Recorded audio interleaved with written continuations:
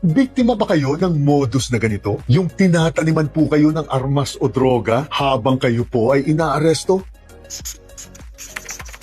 Kasama po sa ating right to due process o ang karapatan po nating dumaan sa tamang proseso na hindi po kayo pwedeng taniman ng mga gamit na hindi naman po pag-aari ninyo at paaminin po kayo na kunwari sa inyo po ito habang kayo po ay inaaresto. Lalo na po kung ang mga gamit na itinanim sa inyo ay mga gamit na kontrabando. Dahil una, mahigpit pong ipinagbabawal ng Section 38 ng RA 10591 at ng Section 29 RA 9165 ang planting of evidence po o kapag tinataniman po ng armas o droga kayo habang kayo po ay inaresto upang idiin lang po kayo sa isang kaso. At sa katunayan po ay mahabang taong pagkakakulong po ang parusa po nito sa mga gumagawa po ng ganito. Bukod pa po sa matatanggal sila sa serbisyo. Kaya ang pangalawa, kapag inaresto po kayo, imbis po na mataranta kayo, ay pilitin niyo pong kumalma at maging alerto. At kapag napansin po ninyo na tinataniman po kayo ng kahit ano, wag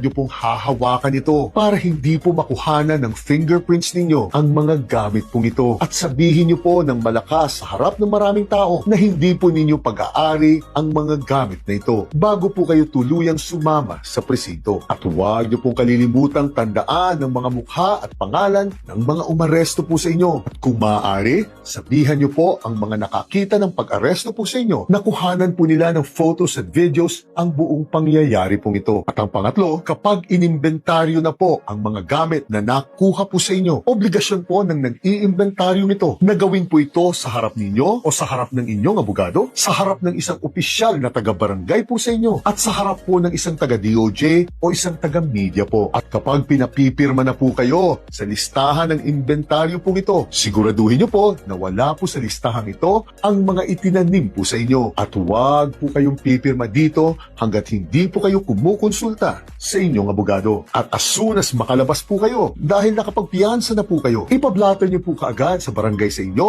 o sa pinakamalapit pong presinto ang nangyari pong ito upang magkaroon po kayo ng isang official record ng insidenteng ito. Napakahalaga po ng mga gagawin ninyong ito dahil ito po ang magdidikta kung makakalaya po ba ng tuluyan kayo o makukulong po kayo sa isang kasalanang hindi naman po kagagawa ninyo.